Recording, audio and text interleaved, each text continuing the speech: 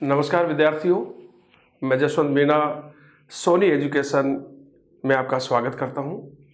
जैसा कि स्टूडेंट्स, हमने एक बहुत बड़ा टॉपिक शुरू कर रखा है हस्तशिल्प कला का, हैंडीक्राफ्ट का। उसी टॉपिक को आगे बढ़ाते हुए उस टॉपिक के अगली कंसेप्ट पर हम चर्चा करेंगे। तो देखिए, वो है गोटा। और गोटा शब्द आते ही जो हमारी स्टूडेंट्स हैं, लड़कियां हैं और जो महिलाएं तैयारी कर रहे हैं, उनको तो बिल्कुल इसके बारे में बहुत सारी जानकारी होगी। और जो बॉयज़ हैं उनको भी है, लेकिन यहाँ पर हम इस गोटा के बारे में जो परीक्षा के दृष्टिकोण से महत्वपूर्ण चीज़ें हैं उन्हीं पर चर्चा करेंगे। एक और क्वेश्चन भी आया था, आपको ध्यान हो तो, शिक्षक भर्ती में, कि लप्पा लप्पी क्या है या गोटा का प्रमुख केंद्र कौन सा है, ये क्वेश्चन भी आए थे। तो देखते हैं अपन। पहले तो गोटा क्या होता है। देखिए, गोटा क्या होता है, सोने और चांदी के, मुख्य रूप से सोने और चांदी के जो पतले तार होते हैं बिल्कुल बारीक, उनसे गोटा बनाया जाता है। फिर उस गोटा को महिलाएं, ओढ़नियां हैं, साड़ियां हैं, जो भी हैं, उनके ऊपर अपने तरीके से उनकी लगाकर उनकी सजावट करते हैं सुई के द्वारा। तो देखिए, गोटा क्या है। सोने और चांदी के पतले तारों से गोटा बनाया जाता है, या सोने और चांदी के पतले तारों से गोटा बनता है। अब आगे देखिए गोटे के प्रकार। तो वही चीज आ रही है, जैसे मैंने बताया कि लप्पा, क्वेश्चन था लप्पा लप्पी क्या है, तो उसमें एक ऑप्शन था गोटे के प्रकार, तो वही ऑप्शन सही था। तो लप्पा क्या है, मोटा जो गोटा होता है, गोटे पतले भी होते हैं, मोटे भी होते हैं, फूल बड़े बड़े फूल। तो लप्पा क्या है, मोटा गोटा जो होता है उसे लप्पा कहते हैं। और ये कहाँ लगाया जाता है, आंचल पर, जो ओढ़नी का आंचल होता है उस पर लगाया जाता है। जो सिर के ऊपर जो ओढ़नी का भाग होता है वो आंचल होता है, और जो बीच का भाग होता है उसे कहते हैं जमीन। तो मोटा गोटा वो क्या, लप्पा क्या है, मोटा गोटा है, ये कहाँ लगाया जाता है, आंचल पर। दूसरा था लप्पी, ये क्या होता है, पतला गोटा।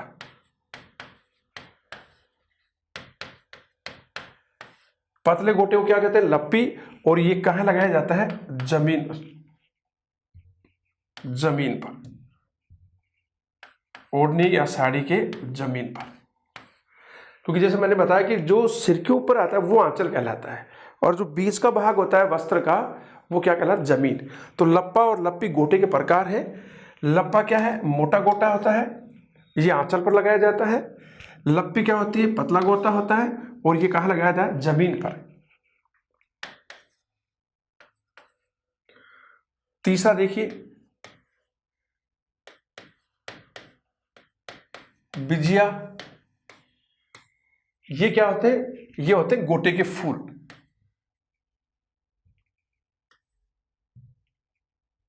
गोटे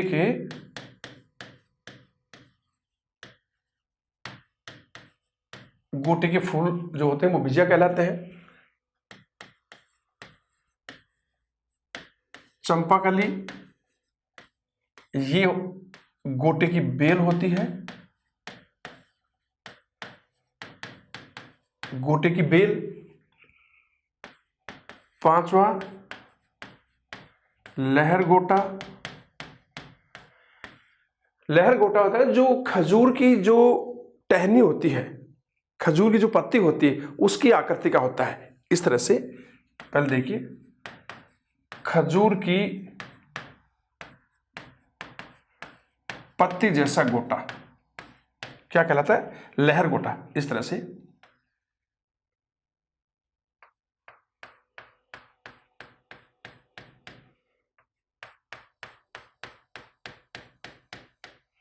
इस तरह का।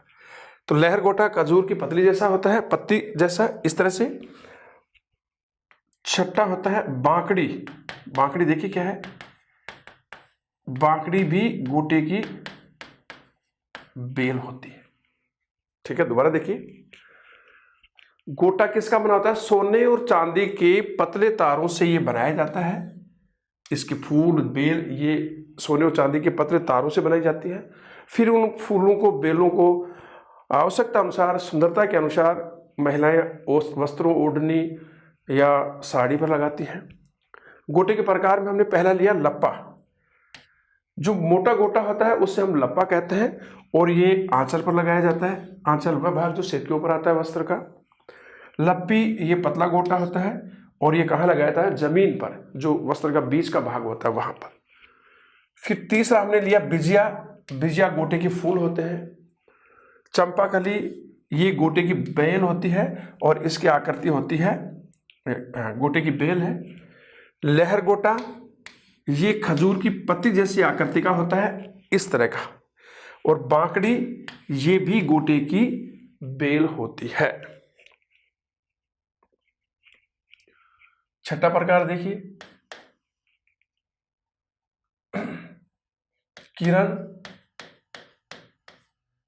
किरण क्या है? देखिए, जो विवाहित महिलाएं होती हैं, जो शादीशुदा महिलाएं होती हैं, उनकी साड़ी या ओढ़नी के ऊपर, आंचल के ऊपर बादले की एक झालर होती है, यहां तक।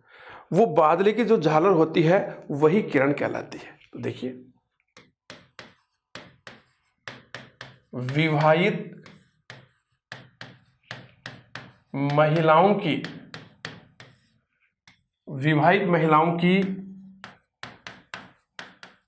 साड़ी या ओढ़नी पर, ओढ़नी के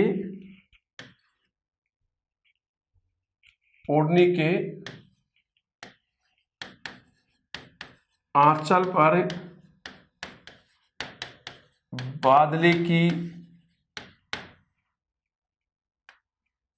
बादले की जो झालर होती है वही क्या कहलाती है? किरण कहलाती है।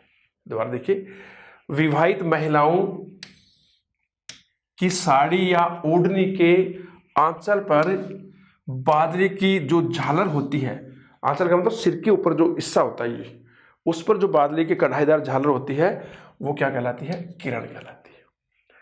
सातवां देखिए, गोखरू। दोस्तों, जो गोटा तिकोना होता है उसे गोखरू कहते हैं। तिकोना गोटे को गोखरू कहते हैं, ऐसे जैसे इस तरह का। और गोखरू हाथी कलाई में पहना जाने वाला एक आभूषण भी होता है। वो क्वेश्चन किस तरह से पूछता है उस हिसाब से आपका इसका आंसर देना है। तो गोखरू जो तिकोना गोटा होता है उसे क्या कहते हैं? गोखरू। और गोखरू हाथी कलाई में बांधा जाने वाला एक आभूषण भी होता है। आठवां देखिए, नक्शी गोटा। नक्शी गोटा जो गोटा चौड़ाई में कम होता है, या कम चौड़ाई में कम होता है, उसे क्या कहते हैं? नक्शी गोटा कहते हैं। अर्थात कम चौड़ा जो गोटा होता है उसे नक्शी कहते हैं। दोबारा देखिए, किरण विवाहित महिलाओं की साड़ी या ओढ़नी के आंचल पर बादले की जो झालर होती है वो क्या कहलाती है? किरण कहलाती है। गोखरू जो गोटा तिकोना होता है उसे गोखरू कहते हैं। गोखरू हाथों की कलाई में बांधा या पहना जाने वाला आभूषण भी होता है। नक्शी गोटा जो गोटा चौड़ाई में कम होता है, अर्थात कम चौड़ा जो गोटा होता है उसे कहते हैं नक्शी गोटा। तो ये गोटे के 8 प्रकार बताए। अब गोटे की प्रमुख केंद्र कहाँ है राजस्थान में? तो अगला जो हमारा कंसेप्ट है, गोटे के प्रमुख केंद्र। राजस्थान में गोटे के प्रमुख केंद्र कौन कौन से हैं? तो सबसे बड़ा जो केंद्र है वो तो है खंडेला,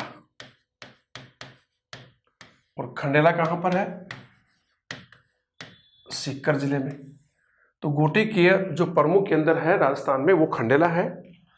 दूसरा जयपुर, जयपुर में भी गोटा बनाया जाता है।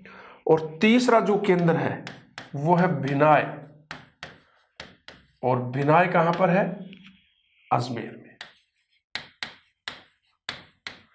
और हमारी पहली जो सहकारी समिति थी संभवतः 1904 में भिनाय में ही स्थापित की गई थी।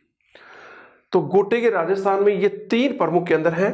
खंडेला ये सीकर जिले में है, बड़े पैमाने पर गोटा बनाया जाता है, एक तरह से गोटे का उद्योग है यहाँ पर। यदि ये क्वेश्चन भी आता है कि राजस्थान में गोटे का उद्योग कहाँ पर है, वो भी खंडेला में। सबसे ज़्यादा काम खंडेला सीकर में होता है। दूसरा केंद्र है जयपुर, और तीसरा केंद्र भिनाय। भिनाय कहाँ पर है? अजमेर में। और भिनाय में 1904 में पहली सहकारी समिति की स्थापना हुई थी। तो ये तो हमने लिया गोटा।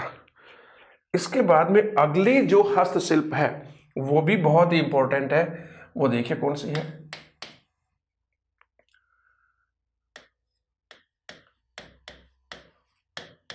टेराकोटा कला, टेराकोटा कला, और इसे मर्ण मूर्ति कला भी कहते हैं। इसका दूसरा नाम है मर्ण मूर्ति कला। अब टेराकोटा कला क्या है, ध्यान से देखना, यहां से भी बहुत बार क्वेश्चन आए हैं। राजस्थान में या कहीं पर भी टेराकोटा कला के अंदर मिट्टी की मूर्तियां बनाई जाती हैं, और मुख्य रूप से छोटी मूर्तियां। इन मिट्टी की मूर्तियों को बना करके ऊंचे तापमान पर उनको पकाया जाता है। और राजस्थान में टेराकोटा कला का जो प्रमुख केंद्र है पूरे विश्व में, भारत में भी, वो है राजसमंद जिले का मोलेला कस्बा। और इस कस्बे के जो कुम्हार हैं, यहां इस कस्बे के पास एक तालाब है, उस तालाब का नाम है सोलानाड़ा तालाब। यहां के किसान, मोलेला के किसान कुम्हार इस सोलानाड़ा तालाब की चिकनी काली मिट्टी को लाते हैं और उसके अंदर गधे की गोबर मिलाते हैं, और उसको मथ करके फिर वो मूर्तियां बनाई जाती हैं, और उन मूर्तियों को हाई टेम्परेचर पर पकाया जाता है। तो देखिए टेराकोटा कला, मर्ण मूर्ति कला। इस कला में पहला पॉइंट आ रहा है आपके सामने, इस कला में मिट्टी की मूर्तियां बनाई जाती हैं। मिट्टी की मूर्तियां बनाई जाती हैं। इन मूर्तियों को ऊंचे तापमान पर पकाया जाता है, और मुख्य रूप से मिट्टी की छोटी मूर्तियां बनती हैं। अब इस कला का जो मुख्य केंद्र है, मुख्य केंद्र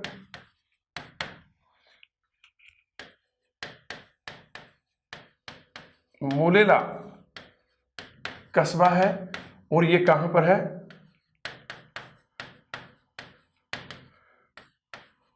राजसमंद जिले में।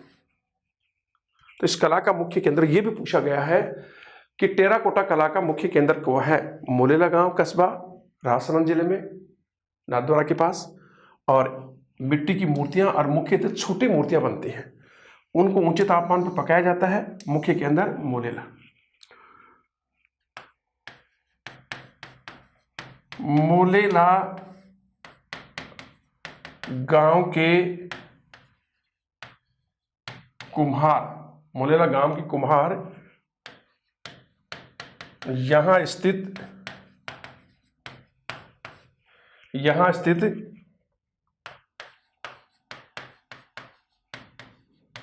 सोलानाड़ा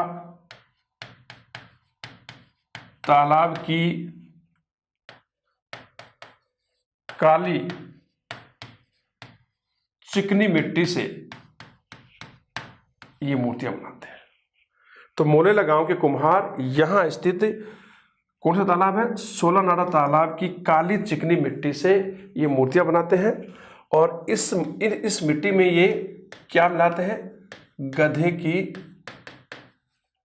लीद, ये गधे की लीद इसमें मिलाई जाती है, उसके बाद में ये मूर्तियां बनाई जाती हैं। अब इस टेराकोटा कला में जो मूर्तियां बनती हैं राजस्थान में, वो किन की बनती हैं? तो मुख्य रूप से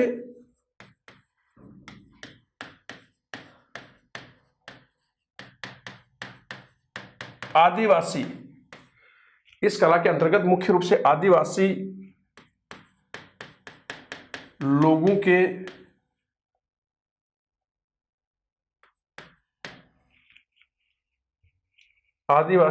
के देवताओं की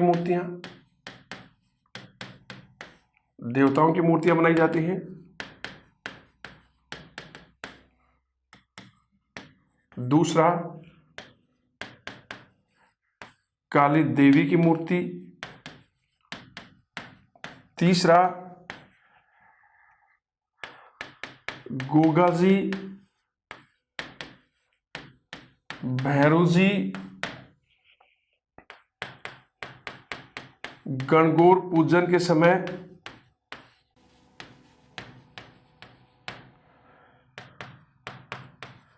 शिव और पार्वती माता की मूर्तियां ये बनाई जाती हैं। और मुख्य रूप से लोक देवताओं की मूर्तियां भी बनाई जाती हैं। लोक देवताओं की मूर्तियां। तो यहां मुख्य रूप से मुरेला गांव में इस कला के अंतर्गत मुख्य रूप से आदिवासी लोगों की मूर्तियां, आदिवासी लोगों की देवताओं की मूर्तियां, काली देवी काली माता की मूर्तियां, गोगा जी, भैरू जी और गणगौर पूजन के समय शिव और पार्वती माता की मूर्तियां और लोक देवताओं की मूर्तियां भी बनाई जाती हैं। तो देखिए, टेराकोटा कला को मर्ण मूर्ति कला भी कहा जाता है। इस कला के अंतर्गत मिट्टी की मूर्तियां बनाई जाती हैं और उन्हें ऊंचे तापमान पर पकाया जाता है। टेराकोटा कला का मुख्य केंद्र मोलेला गांव या मोलेला कस्बा है, जो राजसमंद जिले में है, नाथद्वारा के पास। मोलेला गांव के कुम्हार, यहाँ एक तालाब है 16 नाड़ा, इस तालाब की काली चिकनी मिट्टी लाते हैं और उसमें फिर गधे की लीद मिला करके इन मिट्टियों को वो बनाते हैं। और इस कला के अंतर्गत मुख्य रूप से आदिवासी लोगों के देवताओं की मूर्तियाँ, काली देवी की मूर्तियाँ, गोगा जी भैरू जी की मूर्तियाँ, गणगौर पूजन के समय ईश्वर और गौर अर्थात भगवान शिव और पार्वती माता की मूर्तियाँ और लोक देवताओं की मूर्तियाँ भी इस कला के अंतर्गत बनती हैं। टेराकोटा कला मोलेला गांव का मोहनलाल कुम्हार इस कला का बहुत बड़ा कलाकार था। इस कला के लिए इनको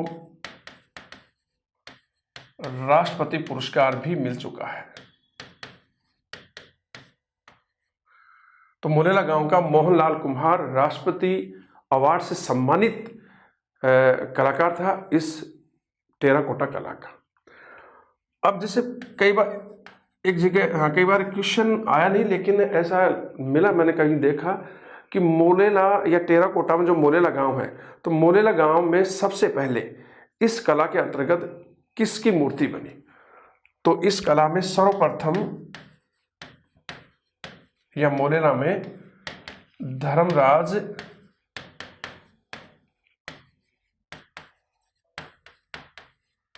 युधिष्ठिर की मूर्ति बनी।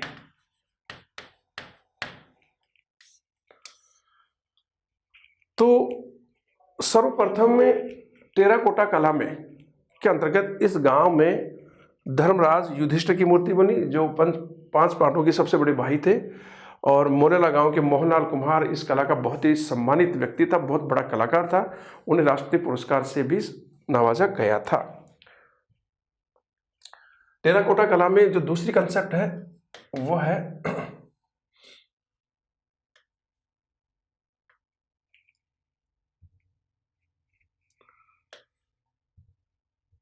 मोलेला आर्ट।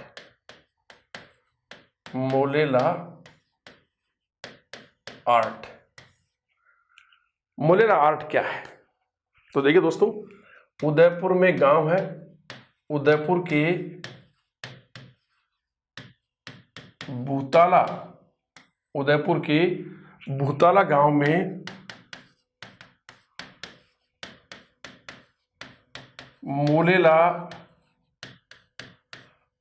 आर्ट के अंतर्गत, मोलेला आर्ट के अंतर्गत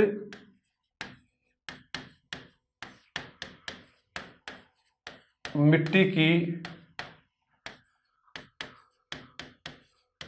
कलात्मक मूर्तियां बनाई जाती हैं।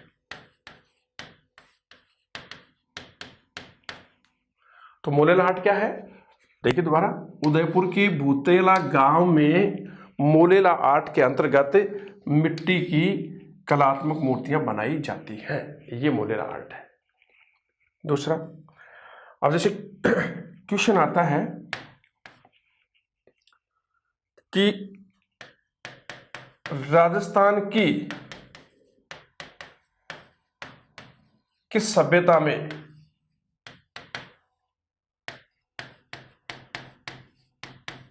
टेराकोटा कला के अंतर्गत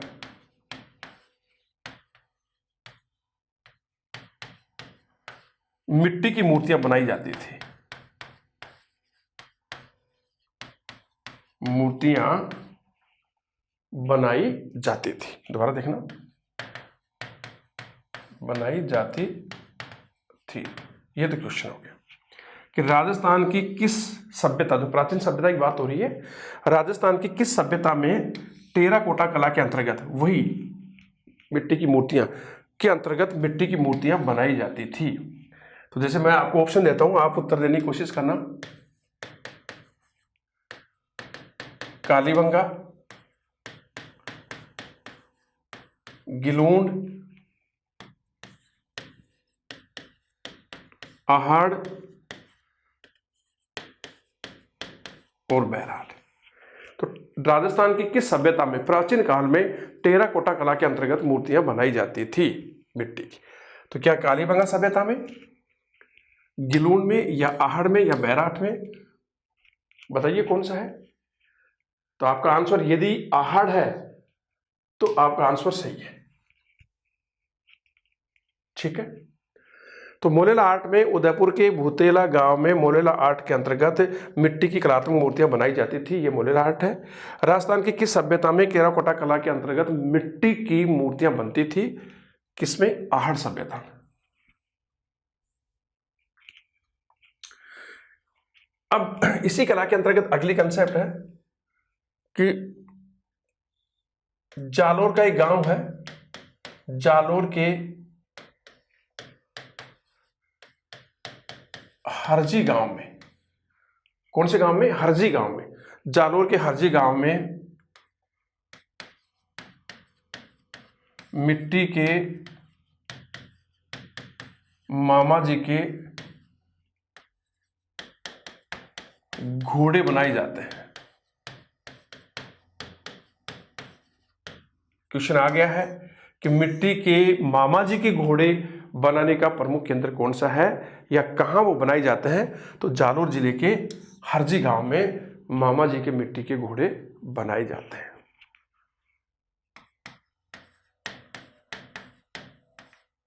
दौसा जिले के गांव है बसवा।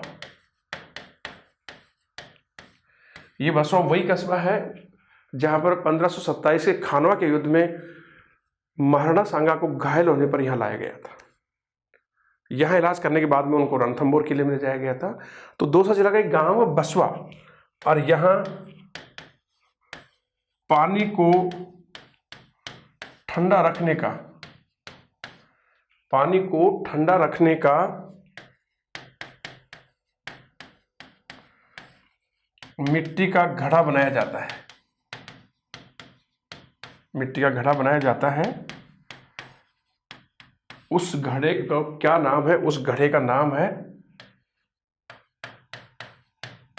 कुंजा। तो दौसा जिले के बसवा कस्बे में पानी को ठंडा रखने का मिट्टी का घड़ा बनाया जाता है, और उस मिट्टी के घड़े को क्या कहा जाता है? कुंजा। अब एक गांव और है नागौर का, अगली कंसेप्ट है टेराकोटा कला में। नागौर का गांव है बुनरावता। कौन सा गांव है? बुनरावता। और यहां क्या बनता है देखिए, यहां बुनरावता में मिट्टी के खिलौने, मिट्टी के खिलौने, गमले, पशु पक्षियों की मिट्टी की मूर्तियां। तो नागौर का गांव है कौन सा? बुनरावता। और यहां पर मिट्टी के खिलौने, गमले, पशु पक्षियों की मूर्तियां आदि बनाई जाती हैं। इसी प्रकार से भरतपुर जिले का गांव है मेहटोली। भरतपुर जिले का कौन सा गांव है? मेहटोली। ये भी मृत्तिका शिल्प का प्रमुख केंद्र है।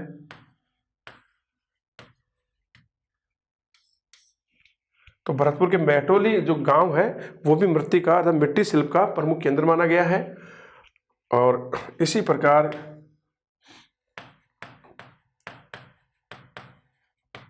सवाई माधोपुर जिले का एक गांव है श्यामोता।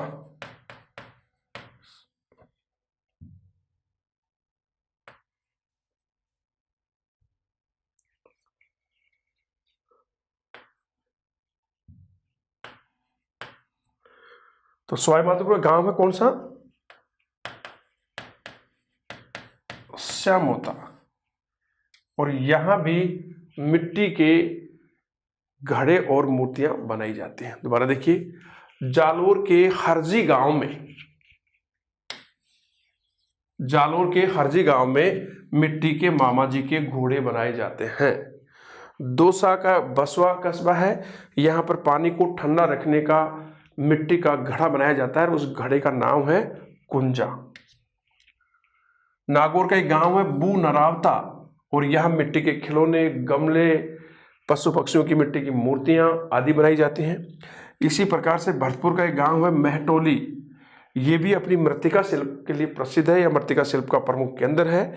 इसी प्रकार से सवाई माधोपुर का एक गांव है श्यामोता, यहाँ पर भी मिट्टी के खिलौने और बर्तन बनाए जाते हैं। अगली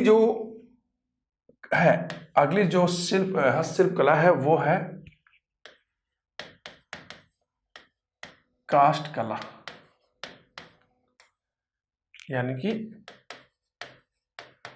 लकड़ी की हस्तशिल्प कला। काष्ठ कला यानी कि लकड़ी से राजस्थान में हाथ से कौन सी कलात्मक वस्तुएं बनाई जाती हैं, इसका मतलब है काष्ठ कला। तो काष्ठ कला में सबसे पहले हम लेते हैं बस्सी की काष्ठ कला। बस्सी की काष्ठ कला, तो दोस्तों देखिए, बस्सी चित्तौड़गढ़ का एक कस्बा है, चित्तौड़गढ़ जिले का कस्बा। बस्सी कहाँ का कस्बा है? चित्तौड़गढ़ जिले का, चित्तौड़गढ़ जिले का कस्बा है और जो काष्ठ कला के लिए बहुत प्रसिद्ध है। यहां बस्सी में काष्ठ कला का, बस्सी की जो काष्ठ कला है उसका जनक प्रभात जी सुतार को माना जाता है। और प्रभात जी सुतार ने इस कला के अंतर्गत सर्वप्रथम, बस्सी में सर्वप्रथम लकड़ी की गणगौर बनाई थी। ठीक है, तो दोबारा देखिए, काष्ठ कला अर्थात लकड़ी के हस्तशिल्प। काष्ठ कला में हमने सबसे लिया बस्सी की काष्ठ कला। बस्सी चित्तौड़गढ़ जिले का कस्बा है और अपनी काष्ठ कला के लिए पूरे राजस्थान में प्रसिद्ध है। यहाँ जो काष्ठ कला है उसका जनक प्रभात जी सुतार को माना जाता है। किनको माना जाता है? प्रभात जी सुतार को। और प्रभात जी सुतार ने सर्वप्रथम बस्से की काष्ठ कला के अंतर्गत लकड़ी की गणगौर बनाई थी। ठीक है, अब देखें काष्ठ कला में और क्या है। अगला जो है कंसेप्ट काष्ठ कला का, वह बेवाण। दोस्तों, बेवाण लकड़ी का बना हुआ एक मंदिर होता है, और इस मंदिर में जल झूलनी एकादशी या देव झूलनी एकादशी जो भाद्रपद शुक्ला एकादशी को आती है, देव झूलनी एकादशी के दिन देव प्रतिमाओं को, देवताओं की मूर्तियों को उसमें बैठाया जाता है, स्नान कराया जाता है, उनको झुलाया जाता है और वापस स्थापित कर दी जाती है। और इस बेवाण कला को मिनिएचर वुडन टेम्पल के नाम से भी जाना जाता है। देखिए, बेवाण लकड़ी का बना एक मंदिर होता है। किसका बना हुआ? लकड़ी का बना हुआ एक मंदिर होता है। इस मंदिर में देव झूलनी अर्थात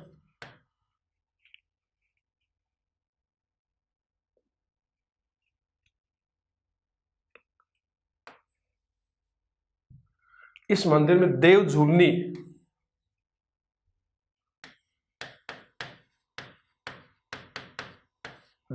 एकादशी जो आती है भाद्रपद शुक्ला 11 को, तो इस मंदिर में देव झूलनी एकादशी के दिन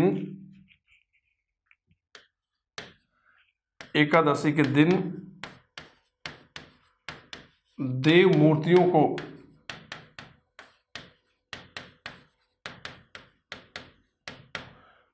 को बैठा कर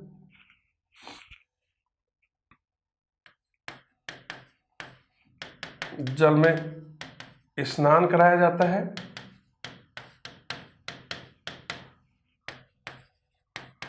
उन्हें झुलाया जाता है। तो बेवाण लकड़ी का बना हुआ एक मंदिर होता है। इस मंदिर में देव झूलनी या जल झूलनी एकादशी के दिन जो भाद्रपद शुक्ला 11 को आती है, दिन देव मूर्तियों को बैठा करके उनमें जल में स्नान कराया जाता है, उनको झुलाया जाता है, फिर वापस मंदिर में उनकी स्थापना कर दी जाती है। अब बेवाण कला को ध्यान से देखना, बेवाण कला को मिनिएचर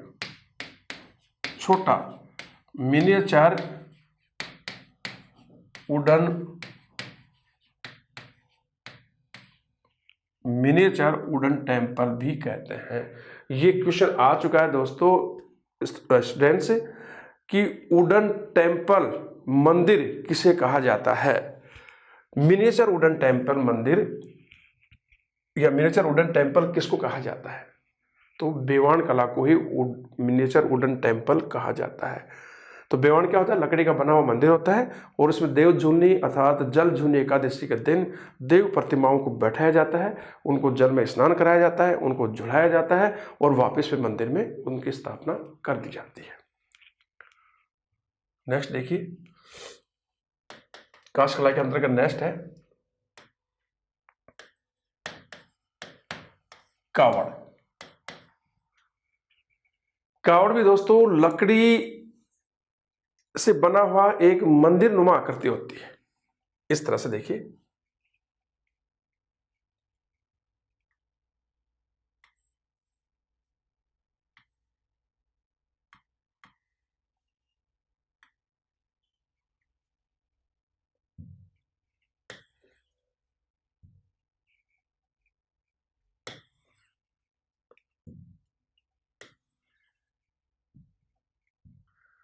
तो कावड़ कैसे हो देखिए आप।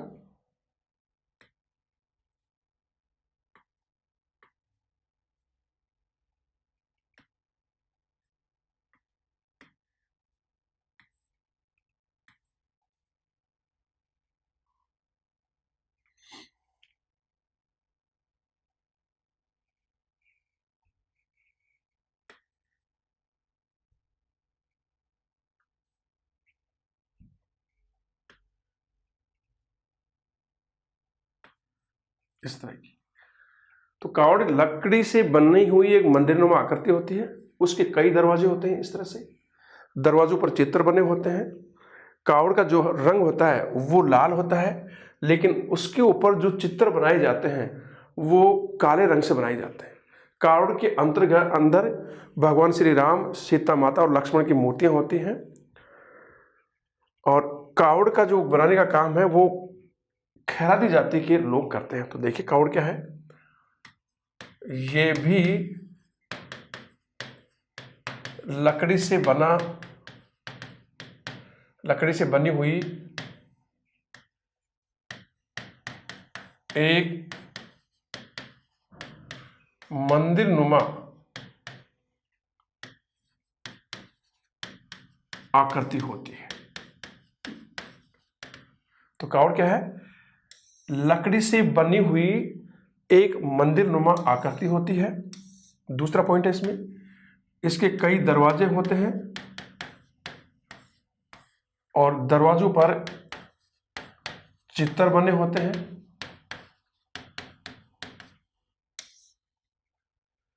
कावड़ के अंदर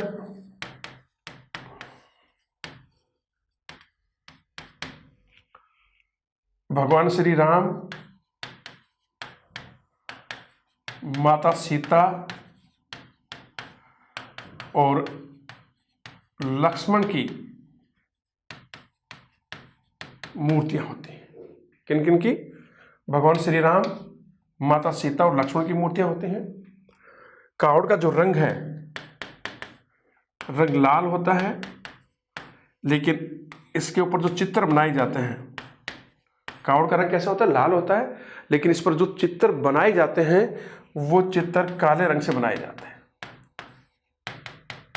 और कावड़ बनाने का काम बस्सी के खैरादी जाति के लोग करते हैं।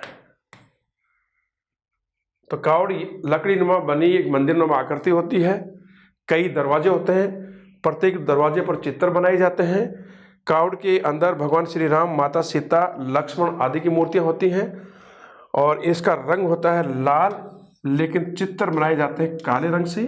और कावड़ का निर्माण बस्सी के खैरादी जाति के लोग करते हैं। नेक्स्ट देखिए क्वेश्चन, राजस्थान में खिलौने कहाँ बनाए जाते हैं?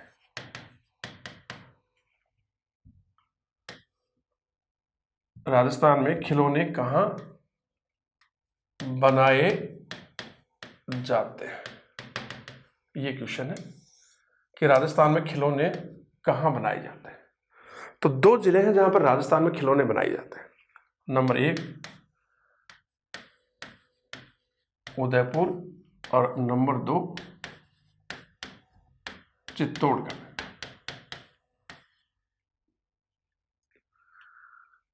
अगला क्वेश्चन है कि राजस्थान में लकड़ी के पशु पक्षियों के सेट कहाँ बनाए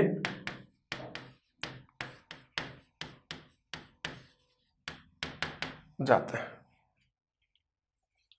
तो राजस्थान में पशु पक्षियों के सेट कहाँ बनाए जाते हैं? आपका उत्तर आएगा जयपुर। तीसरा क्वेश्चन देखिए, राजस्थान में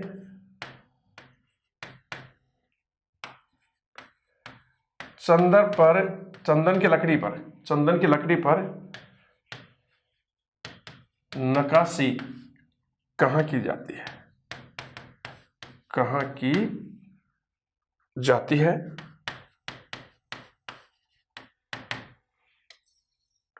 क्वेश्चन है कि राजस्थान में चंदन की लकड़ी पर नक्काशी कहाँ की जाती है? तो आपका उत्तर आएगा चूरू जिला। चूरू जिला चंदन की लकड़ी पर नक्काशी में के लिए प्रसिद्ध बना गया है। नेक्स्ट क्वेश्चन है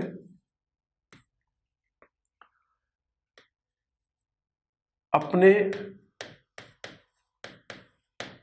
कलात्मक नक्काशीदार फर्नीचर के लिए कौन सा जिला प्रसिद्ध है? जिला प्रसिद्ध है अपने कलात्मक, ध्यान से देखना, अपने कलात्मक नक्काशीदार फर्नीचर के लिए राजस्थान का कौन सा जिला प्रसिद्ध है? तो आपका उत्तर आएगा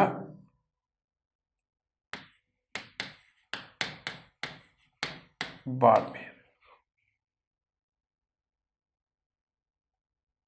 ठीक है, तो अपने कलात्मक नक्काशीदार फर्नीचर के लिए कौन सा जिला प्रसिद्ध है? बाड़मेर। अगला,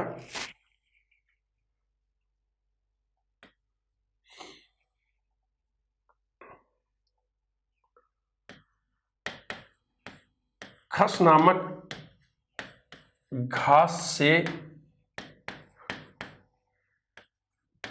इत्र और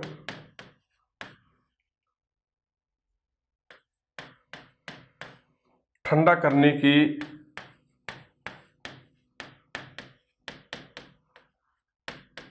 टांटियां बनाई जाती हैं। ये घास मुख्य रूप से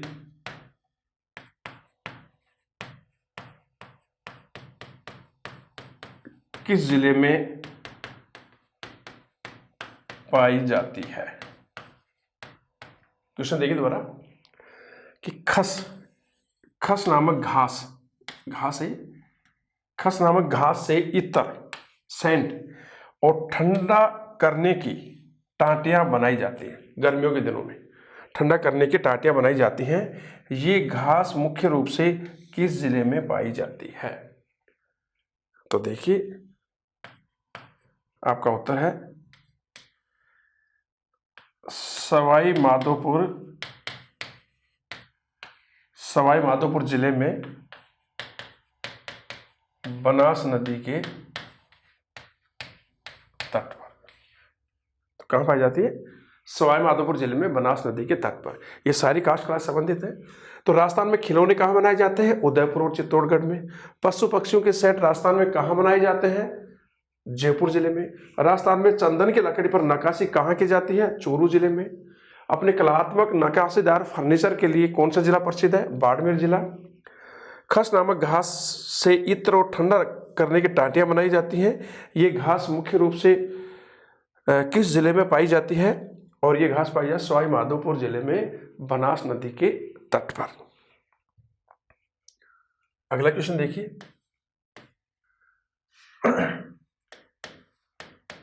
किस जिले में लकड़ी के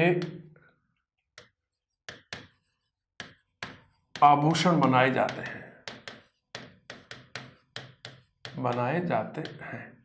किसके आभूषण? लकड़ी के। तो किस जिले में लकड़ी के आभूषण बनाए जाते हैं? उत्तर आएगा उदयपुर के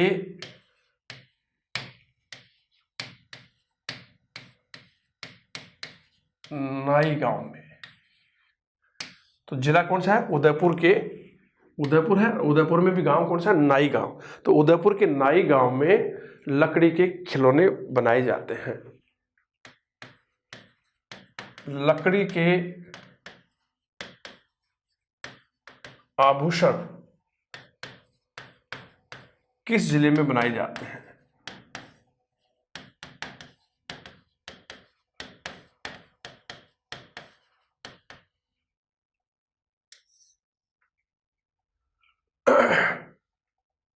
सॉरी, ये तो वापस वही हो गया।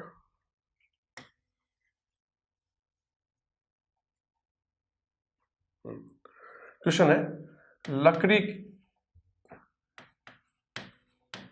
लकड़ी के झूले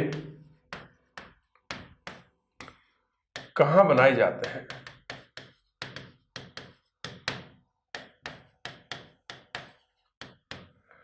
तो लकड़ी के झूले बनाए जाते हैं जोधपुर में। लकड़ी के आभूषण उदयपुर के नाई गांव में, और लकड़ी के झूले बनाए जाते हैं जोधपुर में। अगला देखिए काष्ठ कला में कठपुतली। कठपुतली आप जान गए होंगे, जो बिल्कुल बना करके उसको खिलाया जाता है इस तरह से तार से बांध करके, बहुत ही बढ़िया। कठपुतली सबसे पहला आता है, तो देखिए सबसे पहला पॉइंट है, कठपुतली का जो जन्म स्थल है पूरे भारत में, वो राजस्थान को माना जाता है। कठपुतली का जन्म स्थल कहाँ है? राजस्थान में। अब क्वेश्चन आता है कि कठपुतली किस लकड़ी की बनाई गई? ये क्वेश्चन आ चुका है कि कठपुतली किस लकड़ी की बनाई जाती है। तो ये आड़ू लकड़ी की बनाई जाती है, आड़ू की लकड़ी की। तो कठपुतली आड़ू की लकड़ी की बनाई जाती है। क्वेश्चन आ गया कि कठपुतली किस लकड़ी की बनती है, तो आड़ू की लकड़ी की बनाई जाती है। और कठपुतली बनाने के जो प्रमुख केंद्र है, कठपुतली बनाने के प्रमुख केंद्र हैं, वो है उदयपुर और चित्तौड़गढ़। तो कठपुतली की जन्मस्थली राजस्थान है, और कठपुतली आड़ू की लकड़ी की बनाई जाती है, और कठपुतली बनाने के जो मुख्य केंद्र हैं वो उदयपुर, और दूसरा केंद्र चित्तौड़गढ़।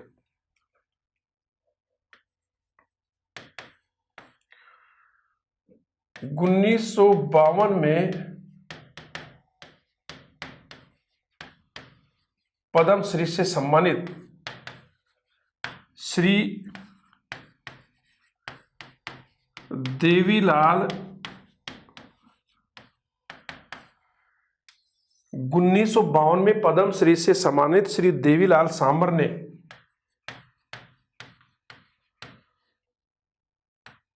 उदयपुर में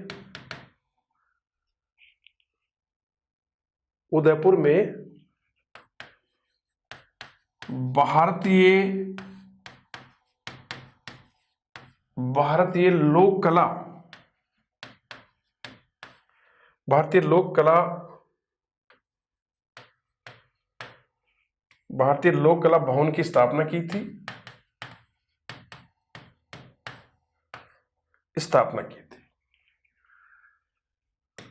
कठपुतली को अंतर्राष्ट्रीय स्तर पर, कठपुतली कला को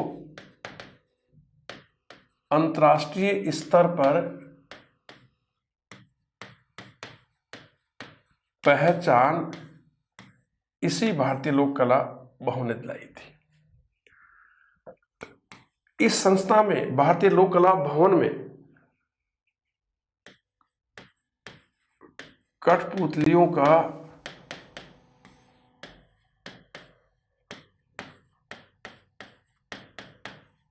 संग्रहालय भी है। दोबारा देखिए, कठपुतली का जन्म स्थल राजस्थान है। कठपुतली कौन सी लकड़ी की बनाई जाती है? आड़ू की लकड़ी की बनाई जाती है, बहुत हल्की होती है। कठपुतली बनाने के प्रमुख केंद्र है उदयपुर, चित्तौड़गढ़, और 1952 में पद्म श्री से सम्मानित श्री देवीलाल सांबर ने उदयपुर में भारतीय लोक कला भवन की स्थापना की थी। भारतीय लोक कला मंडल,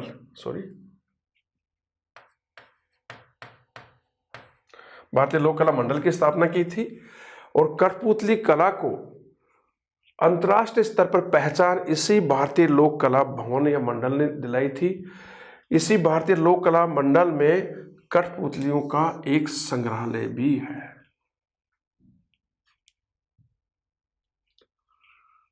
अगला देखिए,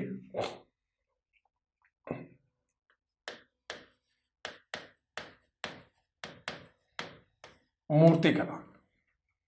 अगली जो हस्तशिल्प है वो है मूर्ति कला।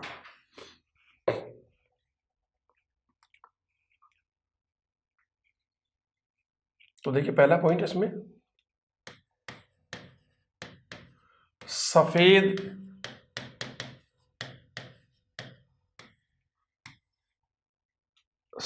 संगमरमर की जो मूर्तियां हैं, सफेद संगमरमर की मूर्तियां जयपुर में बनाई जाती हैं।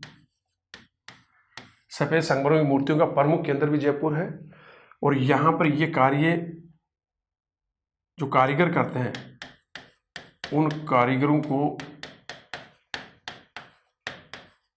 सिलावट बोलते हैं, अर्थात वो सिलावट जाति के कारीगर जयपुर में सफेद संगमरमर की मूर्तियां बनाने का काम करते हैं। जैसे क्वेश्चन आ सकता है कि राजस्थान में सफेद संगमरमर की मूर्तियां बनाने का प्रमुख केंद्र कौन सा है, तो क्या करोगे आप, जयपुर। और यहाँ किस जाति के लोग ये मूर्तियां बनाते हैं, तो ये सिलावट जाति के लोग ये मूर्तियां बनाते हैं, ये प्रमुख कारीगर होते हैं उनके। अगला, काले संगमरमर की, राजस्थान में काले संगमरमर की मूर्तियां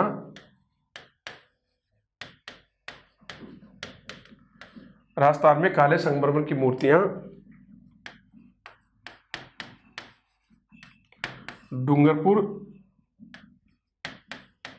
और बांसवाड़ा में बनाई जाती है।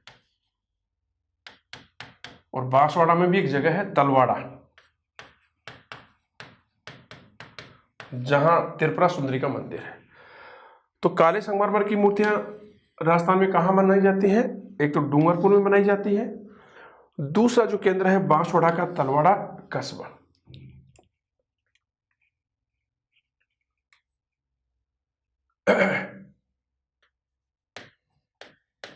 अलवर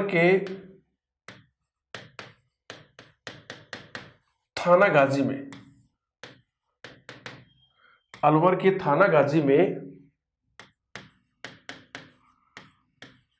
लाल पत्थर की मूर्तियां बनाई जाती हैं।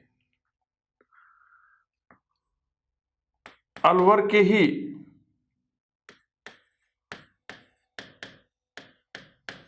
किशोरी गुढ़ा नामक स्थान पर संगमरमर की मूर्तियां और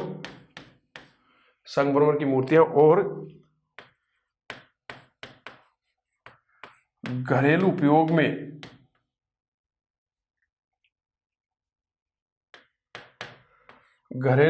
में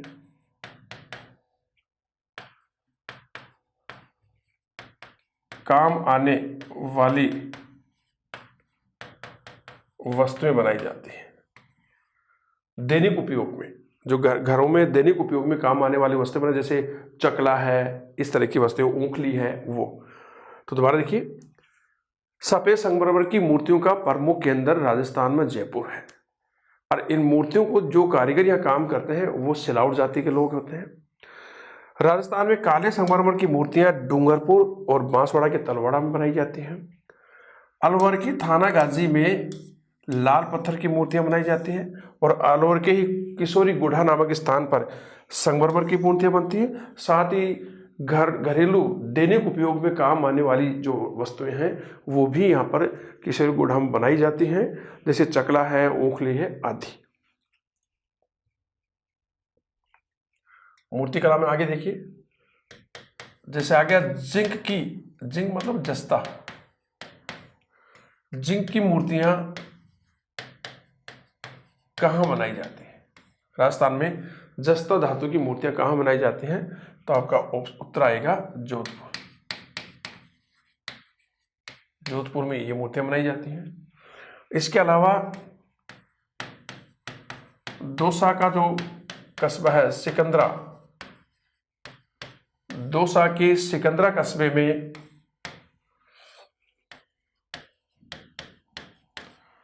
इमारती पत्थर की पशु पक्षियों की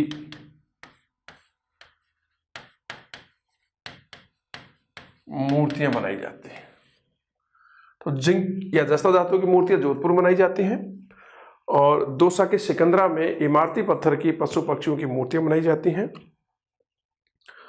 और नागौर का एक कस्बा है नावा कस्बा, नागौर के नावा कस्बे में एयरस्टोन चक्की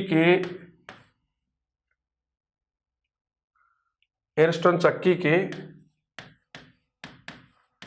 पत्थर के पार्ट बनाए जाते हैं। ये क्वेश्चन भी आ गया।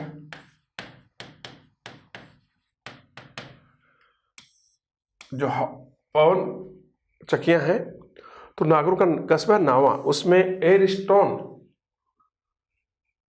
जो चक्की होती है, हवा से चलती है, एयरस्टोन की चक्की के पत्थर के पार्ट बनाए जाते हैं,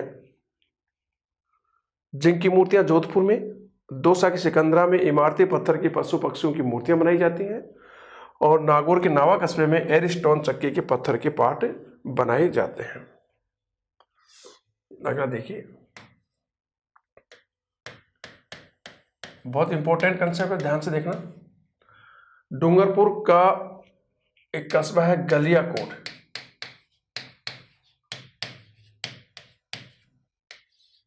कौन सा कस्बा है? गलियाकोट। यहां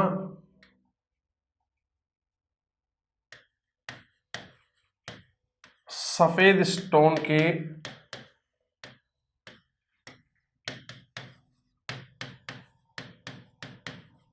खिलौने बनाए जाते हैं। डूंगरपुर की गलियाकोट में सफेद स्टोन के खिलौने बनाए जाते हैं, और इस उद्योग को, जो ये खिलौने बनते हैं, इस उद्योग को यहां पर रमकड़ा उद्योग कहते हैं। बहुत बार क्वेश्चन आ गया कि रमकड़ा उद्योग कहां का प्रसिद्ध है? डूंगरपुर की गलियाकोट का। और इस रमकड़ा उद्योग के अंतर्गत क्या बनते हैं? सफेद स्टोन के खिलौने बनते हैं। जो ये रमकड़ा उद्योग है, यहां जो कारीगर हैं, जो सफेद स्टोन के खिलौने बनते हैं, जो कारीगर हैं वो हैं दाऊदी बोरा संप्रदाय के। जो रमकड़ा उद्योग में जो कारीगर काम करते हैं वो कौन से संप्रदाय के हैं? दाऊदी बोरा संप्रदाय के हैं। और यहां पर ये दाऊदी बोरा संप्रदाय के लोग सफेद और भूरे पत्थर से ये खिलौने बनाते हैं। लेकिन यहां एक नोट ध्यान रखना, रमकड़ा उद्योग में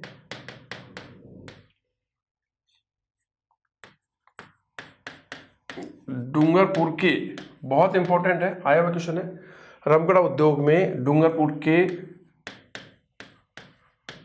पारेवा पत्थर का भी प्रयोग किया जाता है। कौन से पत्थर का? पारेवा पत्थर का। और